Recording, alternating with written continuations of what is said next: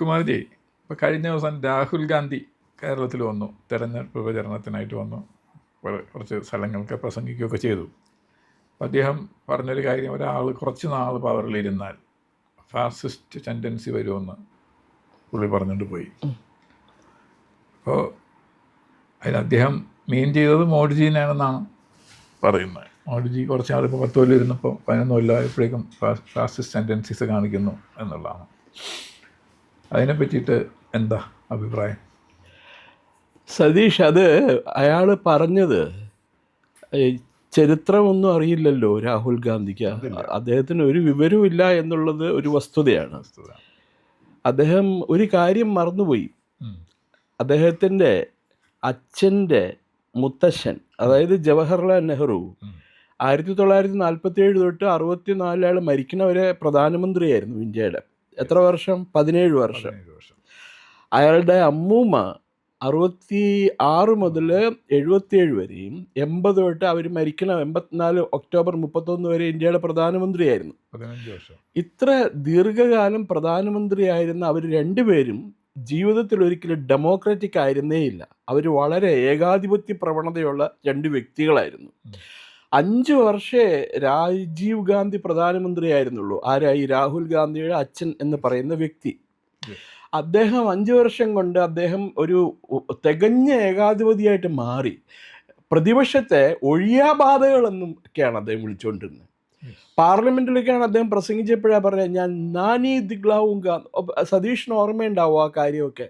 ബോഫോഴ്സിൻ്റെ പ്രശ്നം വന്നപ്പോൾ അവർ പറഞ്ഞ അവൻ്റെയൊക്കെ മുത്തച്ഛനെ ഞാൻ അല്ലെങ്കിൽ മുത്തശ്ശീനെ ഞാൻ ഓർമ്മിപ്പിച്ചു കൊടുക്കുന്നൊക്കെ പറഞ്ഞ് വളരെ മോശമായിട്ട് സംസാരിച്ചു. ഈ തെരഞ്ഞെടുപ്പിന് ആങ്ങളെയും പെങ്ങളും ഇവിടെ പ്രചരണത്തിന് വന്നിട്ടുണ്ടായിരുന്നു. സതീഷിന് ഓർമ്മയില്ല ആ പെണ്ണ് പ്രിയങ്ക ഗാന്ധി എന്താ പറഞ്ഞതെന്ന് ഓർമ്മയില്ലേ? മോദിക്ക് ധൈര്യമില്ല, മോദി ഭീരുവാണ്, മോദിക്ക് നട്ടലില്ല, ഇൻ്റർനാഷണൽ ഇഷ്യൂസിൽ ഇന്ത്യയുടെ കാര്യങ്ങളുടെ പറയാനായിട്ട് മോദിക്ക് ഭയമാണ്, തല കുനിച്ച് നിൽക്കുകയാണ് ചെയ്യണത്. ഇത് ഇവർക്കാർക്കും ഈ ആനുകാലിക രാഷ്ട്രീയത്തെക്കുറിച്ചോ ചരിത്ര ഉള്ള ഇതിനെക്കുറിച്ചോ ഒന്നും വിവരമില്ല. ഈ ആങ്ങളയ്ക്കും പെങ്ങളയ്ക്കും ഇന്റർനാഷണൽ റിലേഷൻസിനെ പറ്റി ഒന്നും അറിയില്ല. ആ തള്ളയ്ക്കാണെങ്കിൽ വല്ലതും എഴുതി കൊടുത്താൽ, അത് ഇറ്റാലിയൻ ഭാഷയിൽ വല്ലതും എഴുതി കൊടുത്താൽ അത് വായിക്കുന്നല്ലാണ്ട് അവർക്കൊരു വക അറിയില്ല. അവർ she was a bar woman of all the people. അവരെ ഒരു മാന്യമായ ഒരു ഡെസിഗ്നേഷൻ അവർക്ക് കൊടുക്കുകയാണെങ്കിൽ അവരുടെ എക്സ്പീരിയൻസ് ഒരു ബാർ വുമണാണ്, ബാർടെൻഡർ. ഓക്കെ, അതിലും കുറഞ്ഞ് എനിക്ക് പറയാൻ അറിയാൻ പാടില്ല. സതീഷിനൊക്കെ അറിയാമല്ലോ കൂടുതൽ വിവരങ്ങളേക്കാളും കൂടുതൽ അറിയാവുന്ന ആളല്ലേ. അപ്പോൾ അങ്ങനെയുള്ള ഇവർ പറയുന്നതിന് നമ്മൾ ഒട്ടും വാല്യൂ കൊടുക്കരുത്. പക്ഷേ ഇത് കേൾക്കുന്ന പുതിയ തലമുറ, ജെൻസി എന്ന് പറയുന്ന പുതിയ തലമുറ കുട്ടികൾ ഇത് ചിലപ്പോൾ അപ്പാടെ വിഴുങ്ങും, ഇത് വിശ്വസിക്കും. അവരാരും ഈ പറഞ്ഞ പോലെ പോയിട്ട് ചരിത്രം പരിശോധിക്കാനൊന്നും പോവില്ല. ചരിത്രം മുഴുവൻ വളച്ചൊടിച്ചിരിക്കുകയല്ലേ ഈ കുടുംബത്തിൻ്റെ. ഈ ജവഹർലാൽ നെഹ്റുവിൻ്റെയൊക്കെ സ്വഭാവം എന്തായിരുന്നു? ജവഹർലാൽ നെഹ്റു ഗുഹ്യരോഗം ബാധിച്ചാണ് മരിച്ചതെന്ന് നമ്മളുടെ സുബ്രഹ്മണ്യ സ്വാമി പലവട്ടം പറഞ്ഞിട്ടുണ്ട്.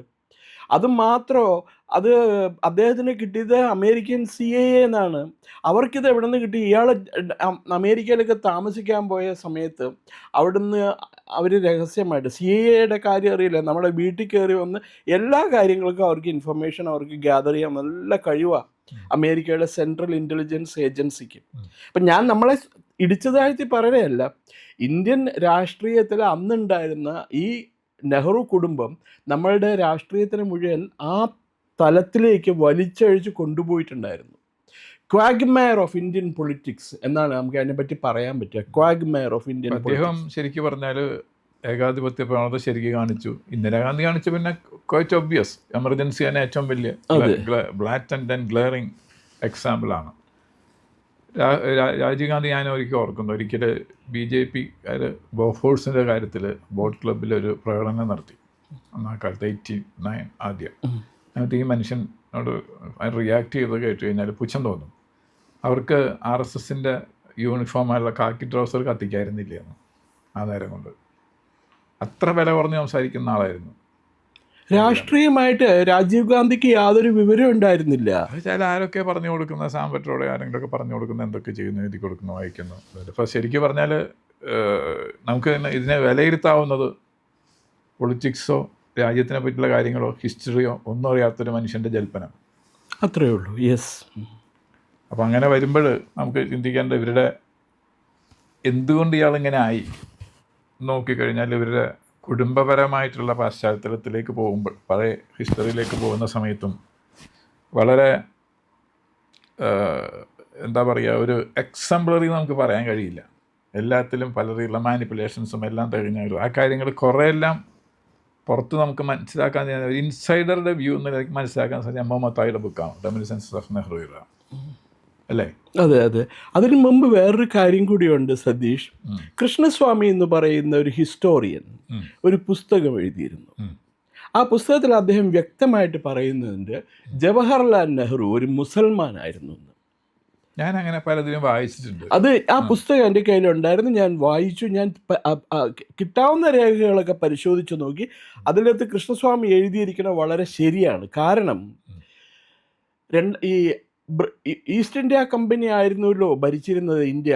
ബ്രിട്ടീഷ് ഭരണകൂടം, ബ്രിട്ടീഷ് സാമ്രാജ്യം അല്ലെങ്കിൽ ബ്രിട്ടീഷ് രാജകുടുംബം 1857 വരെ.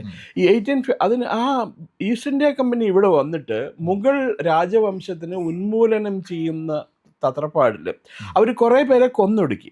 അന്ന് ഡൽഹി പോലീസിലെ ഒരു കൊത്വാൾ എന്ന് പറയുന്ന റാങ്കിൽ വർക്ക് ചെയ്തിരുന്ന ആളാണ് ഗിയാസുദ്ദീൻ ഖാൻ എന്ന് പറയുന്ന ഒരു മുഗളൻ.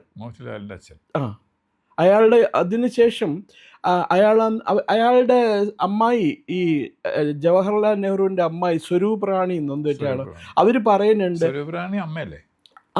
അമ്മയാണോ അമ്മായിയാണോ അവർ പറയുന്നുണ്ട് അതിനകത്ത്.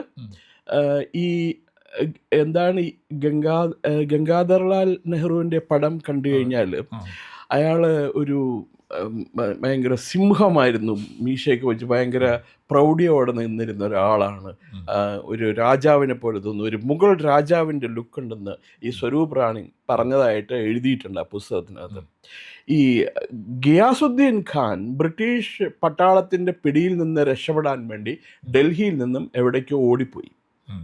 പിന്നീട് 5-10 വർഷം കഴിഞ്ഞിട്ടാണ് ഡൽഹിയിൽ പ്രത്യക്ഷപ്പെടുന്നത് ഗംഗാധർലാൽ നെഹ്റു എന്ന പേരിലാണ്. ഈ ഗംഗാധർലാൽ നെഹ്റു എന്ന ആളുടെ അച്ഛൻ ആരാണ്, അമ്മ ആരാണ്, അയാൾ ഏത് കുടുംബത്തിൽ നിന്നുള്ളതാണ് എന്നതിനെ കുറിച്ചിട്ട് ഒരു വിവരമില്ല. ഇപ്പം സതീഷിന് ചോദിക്കാം, അങ്ങനെയാണെങ്കിൽ നിങ്ങളുടെ അച്ഛൻ, എൻ്റെ അച്ഛൻ്റെ പേരിനോട് ചേർന്നതാണ്. എൻ്റെ അച്ഛനെ ഞാൻ കണ്ടിട്ടുണ്ട്. എൻ്റെ അച്ഛൻ്റെ അദ്ദേഹത്തിനെ പറ്റിയിട്ട് എനിക്ക് നന്നായിട്ട് അറിയാം. ആളകം എന്ന് പറഞ്ഞ സ്ഥലത്താണ് അവർ ഉണ്ടായിരുന്നത്. അവരുടെ പേര് പോട്ടെ, 4-5 തലമുറ, 5-6 തലമുറ ഞങ്ങൾക്ക് തീർച്ചയായിട്ടും ഞങ്ങൾക്ക് അറിയാം ആരൊക്കെയായിരുന്നു. അറിയാൻ പറ്റും. ഇത് നെഹ്റുവിൻ്റെ അച്ഛൻ മോത്തിലാലിൻ്റെ അച്ഛൻ ഗംഗാധറിൻ്റെ അച്ഛൻ ആരാന്ന് ആർക്കും അറിയില്ലല്ലോ. ഈ ഗിയാസുദ്ദീൻ ഖാൻ എന്നുള്ള പേര് അങ്ങനെ ഗംഗാധർലാൽ നെഹ്റുവായി. വേറൊരു കാര്യം, കശ്മീരി പണ്ഡിറ്റ് എന്നാണ് ഇയാൾ സ്വയം പരിചയപ്പെടുത്തിയിരുന്നത്. കശ്മീരിൽ നെഹ്റു എന്ന സർനെയിമുള്ള ഒരു മനുഷ്യനും അതേവരെ ഉണ്ടായിട്ടില്ല. അത് ഞാൻ ഇടയ്ക്കൊന്ന് പറയാം. അതിനെപ്പറ്റി ഞാൻ കേട്ടിരിക്കുന്നത് കാശ്മീരി ഭാഷയിൽ നെഹർ എന്ന് പറഞ്ഞാൽ അരുവി എന്ന് അർത്ഥം തോന്നേ. അപ്പോൾ ഇങ്ങനെ അവിടെ വന്നിട്ട് കനാലിൻ്റെ അരികിലോ തോടിൻ്റെ കരയിലോ താമസമായപ്പോൾ കനാൽ കരയിൽ താമസിക്കുന്ന ആള് നെഹറിൻ്റെ കരയിൽ താമസിക്കുന്ന ആള് നെഹ്റു എന്ന് വന്നൊരു കഥയുണ്ട്. ഓക്കെ. പിന്നെ അതിൽ എനിക്ക് പിടികിട്ടാത്തൊരു സംശയമുണ്ട്. ഇപ്പോൾ ഈ സാറ് ഈ പറഞ്ഞ സ്റ്റോറീസൊക്കെ ഞാൻ വായിച്ചിട്ടുണ്ട്. അതിന് പിടികിട്ടാത്ത സംശയം വെച്ചാൽ കൗൾ എന്ന് പറയുന്ന ഒരു ഫാമിലി ഉണ്ട്. ഇവർക്ക് ബന്ധുക്കളാണ്, നെഹ്റുവിന്റെ ബന്ധുക്കളാന്നാണ് പറയുന്നത്. പണ്ഡിറ്റുകൾക്ക് അങ്ങനെ ഒരു സർനെയിമുണ്ട്. അപ്പോൾ ഒരു TN കൗൾ എന്ന് പറഞ്ഞിട്ട് പണ്ടൊരു അംബാസഡർ ഉണ്ടായിരുന്നു. പിന്നെ സാർ ഒരു ചർച്ചയിൽ പറഞ്ഞ കേട്ടു, ചൈനീസ് യുദ്ധം വന്ന സമയത്ത് ലീവ് എടുത്ത് ഓടിപ്പോന്നൊരു ലഫ്റ്റനന്റ് ജനറൽ കൗളുണ്ട്. അപ്പോൾ ഇവരെല്ലാവരും ഇദ്ദേഹത്തിന്റെ കസിൻസും റിലേറ്റീവ്സും ആണെന്നാണ് പറയുന്നത്.